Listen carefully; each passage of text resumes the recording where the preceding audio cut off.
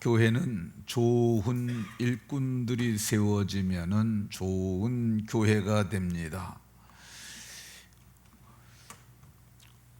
오늘 본문에는 바울 사도께서 교회의 좋은 지도자의 품성을 얘기를 합니다.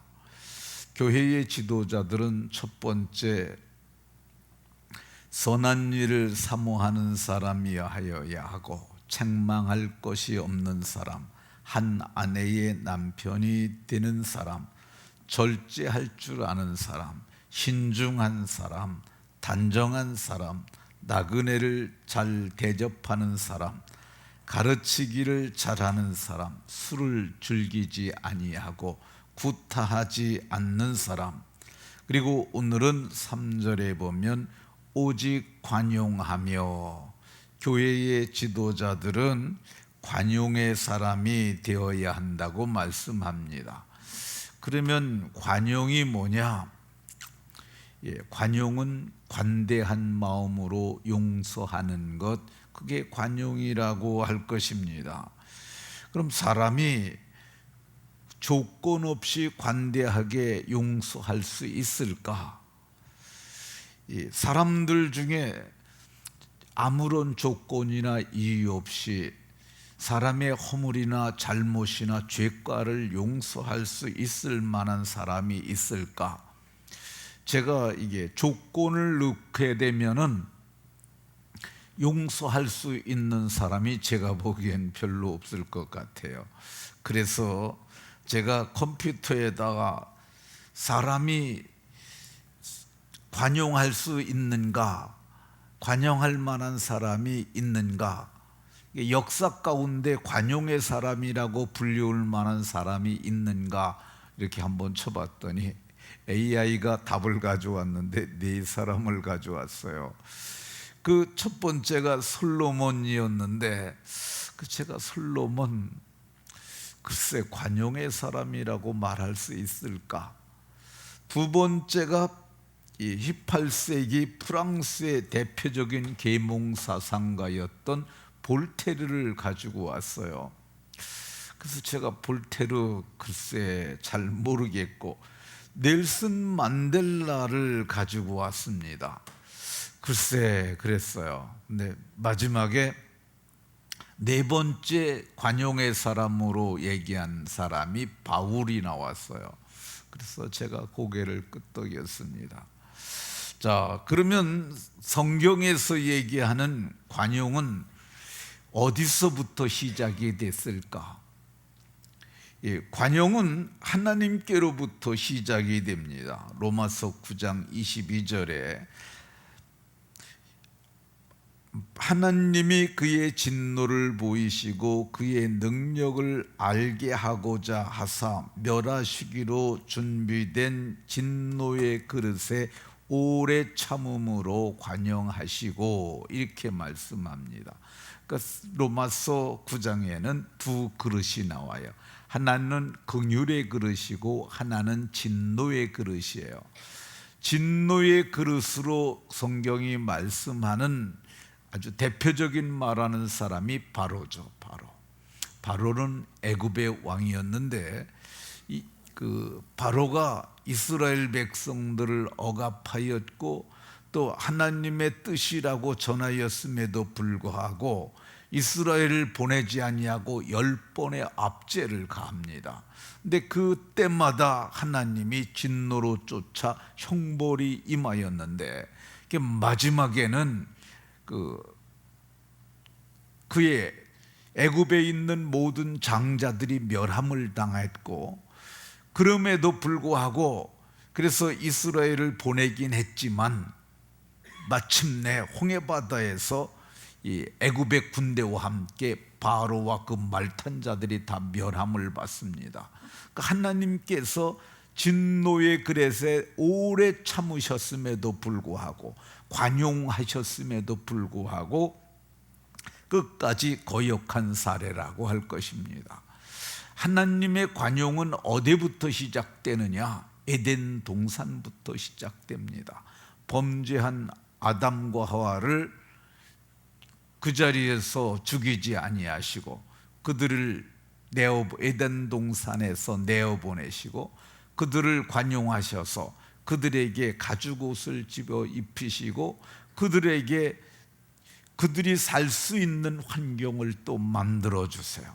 그 하나님의 관용이 오늘 저와 여러분에게까지 임해서 우리가 그분의 관용으로 예수를 구주로 믿고 속죄함을 얻어 영생의 복을 누리게 되는 줄로 믿으시기 바랍니다.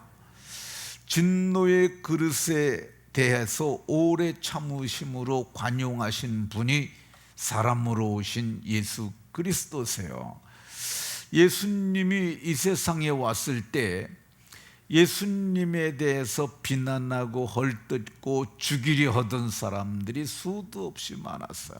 그럼에도 불구하고 예수님께서 관용하셨어요.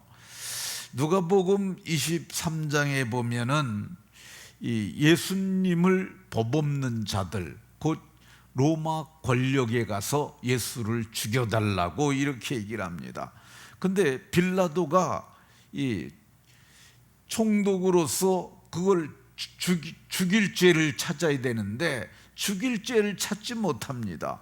그래서 세 번째 와서 또 죽여달라고 그러니까 무슨 악한 일을 했느냐, 죽일 죄를 찾지 못했다, 나는 그냥 때려서 놓겠다 그랬더니 그들이 큰 소리로 재촉해서 십자가에 못 박기를 구하는데 십자가에 못 박게 하소서, 못 박게 하소서. 예수님이 그 자리에 계셨어요. 예수님이 관용하시지 않았다면 하늘에서 천사를 보내서 저들을 12군단 되는 더 천사가 와서 저들을 단번에 멸하고 말하셨을 거야. 이 23장 33절에 보면은 결국 그들이 이겨서 예수님이 십자가에 못 박히십니다. 근데 예수님을 십자가에 못 박는데 이거 예수님이 살과 피를 가진 육신을 가지고 이 땅에 오셨잖아요. 근데 예수님을 못 박는 거야. 그 예수님이 여기에 이 대장간에서 만든 사각으로 만든 그 이만한 못으로다 여기 못이 박힙니다. 발도 못 박히세요. 그러면서 이제 예수님께서 마지막으로 죽으시는데 아버지여 저들을 용서하여 주옵소서, 자기가 하는 것을 알지 못합니다 하고 이렇게 숨을 거두셨어요. 이 예수님은 죽으시면서까지 저들이 하는 짓이 무슨 짓인지 알지 못해서 그러니까 하나님 용서해 주시라고 저들을 끝까지 관용하셨던 것을 볼 수가 있습니다. 관용은 어디서 오는 거냐? 하나님 아버지와 예수 그리스도로부터 온 것입니다. 예수님의 동생 야고보가 있어요. 그러니까 예수님에 대해서 잘 알아요. 왜 그러냐면 어려서부터 한 집에서 자랐으니까 나이 차이가 그렇게 많이 났던 것 같지 않아요.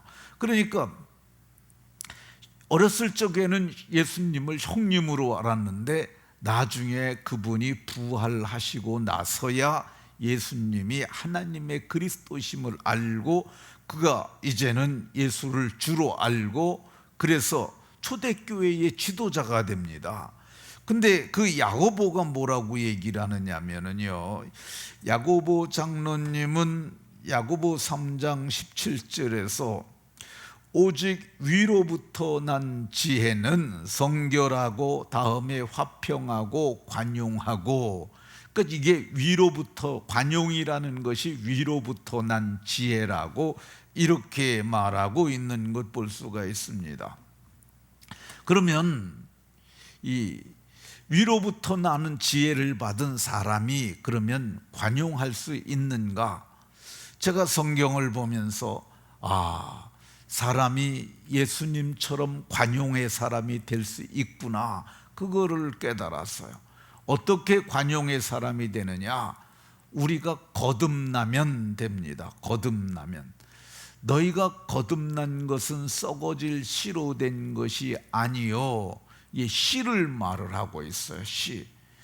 이 요한 1서에 보면은 하나님께로부터 난 자마다 죄를 짓지 아니하나니 이는 하나님의 씨가 그 속에 거하며 하나님의 씨가 그 속에 거하는 하나님의 종자로 말미암아 거듭난 사람들, 이 사람들이 이 관용의 사람이 될 수가 있어요. 이 거듭난 사람을 성경은 새 존재라고 얘기를 합니다. 그걸 영어로 뉴 빙이라고 얘기를 하는데, 새로운 피조물. 그러니까 지금 세상에 사는 그런 사람들과 전혀 다른 4차원의 인류를 말하는데, 이 4차원의 인류가 어떤 사람이냐? 의와 진리와 거룩함으로 지으심을 받은 새 사람을 입는 사람들이에요. 그게 누구겠어요? 저와 여러분들입니다. 자기를 창조하신 이의 형상을 따라 지식에까지 새롭게 하심을 받은 사람들. 우리가 지식에까지 다 새로워졌잖아요. 만물을 바라보되 해와 달을 바라보면서 하나님께서 지으신 피조물로 보잖아요. 다른 여타의 종교에서는 저걸 신이라고 섬기는 존재들도 많이 있어요. 우리는 만물을 하나님의 지식을 가지고, 좀 어려운 표현인데, 관조할 수 있어요. 그러니까 저와 여러분들이 새로운 존재가 됐으므로 우리가 관용할 수 있는 줄로 믿으시기 바랍니다. 그러면 예수님처럼 관용한 사람이 성경에 있느냐? 첫 번째로 거듭나서 순교한 사람이 있어요. 스데반 집사님입니다. 스데반 집사님이 거듭났고요. 그분이 새로운 피조물이 됐고요. 새로운 의와 진리와 거룩함으로 지으심을 받은 새 사람이 됐고요. 거기에다 성령의 능력을 덧입힘을 받았고, 그래서 예수님의 마음을 품은 사람이 됐어요. 사도행전 7장에 보면 그가 성령의 사람이 돼서 복음을 전하는데, 그걸 싫어하는 사람들이 있었어요. 그들을 향하여 스데반 집사님이 말합니다. 목이 곧고 마음에 할례를 받지 못한 사람들아, 너희도 너희 조상과 같이 항상 성령을 거스르는도다. 그러면서 회개할 것을 말을 했습니다. 근데 이 말을 듣고 회개해야 되잖아요. 근데 그들이 마음에 찔리긴 했어요. 성경은 마음에 찔리면서도 저들을 향하여 이를 갈았습니다. 그래서 이 스데반을 고소했고, 스데반을 현장에서 즉결 처형을 합니다. 그러면서 그를 돌로 칠 때 스데반이 부르짖어 이르되 주 예수여 내 영혼을 받으시옵소서. 그리고 주여 이 죄를 저들에게 돌리지 마옵소서. 이게 관용 아니겠어요? 저들이 자기를 향하여 돌을 치는데 돌에 맞아 죽으면서 내 영혼을 받아주시옵소서 하고, 그러나 이 죄를 저들에게 돌리지 마옵소서 하고 죽었어요. 그러니까 이게 관용할 수 있는 겁니다. 누가 관용했느냐? 예수님을 잘 믿었던 스데반 집사님이 관용의 첫 번째 모델이 될 거예요. 누가 관용할 수 있느냐? 스데반을 돌로 쳐 죽이는데 가편투표를 하였던 바울 사도가 회개하고 예수님 만나고 그 사람이 새 사람이 되고 성령 받고 나니까 그가 관용의 사람이 됐어요. 고린도 교회에 편지하면서 나 바울은 이제 그리스도의 온유와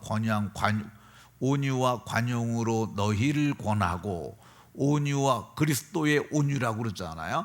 예수님의 온유한 마음, 관용으로 너희를 권한다고. 예수님의 마음을 받게 되면 관용할 수 있어요. 그러니까 바울 사도가 바로 관용의 사람이었던 것 볼 수가 있습니다. 그러면 바울 사도나 스데반처럼 대단한 분들만 관용할 수 있느냐? 아닙니다.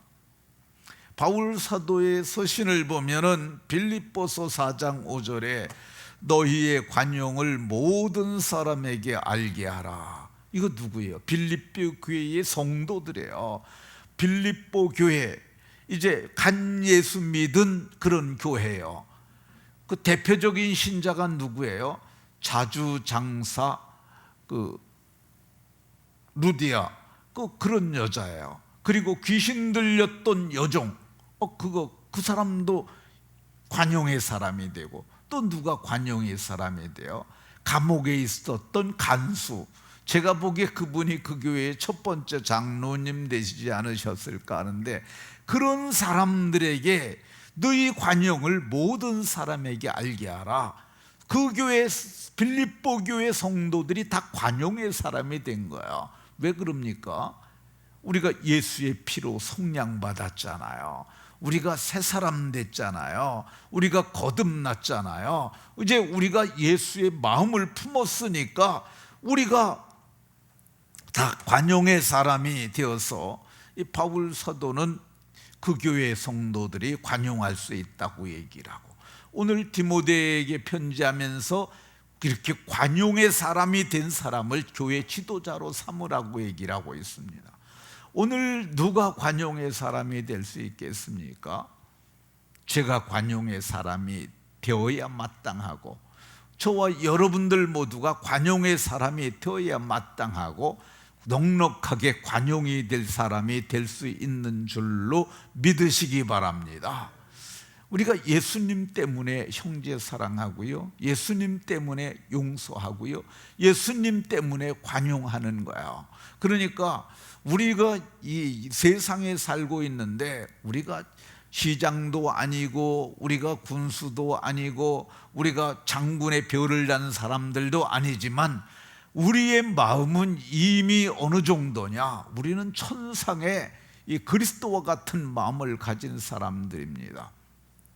저와 여러분들 모두가 큰 그릇이 되었음을 깨닫고 넉넉한 마음으로 모든 것을 포용하며 살아가는 복되고 거룩한 분들이 다 되시기를 예수 그리스도의 이름으로 축원합니다.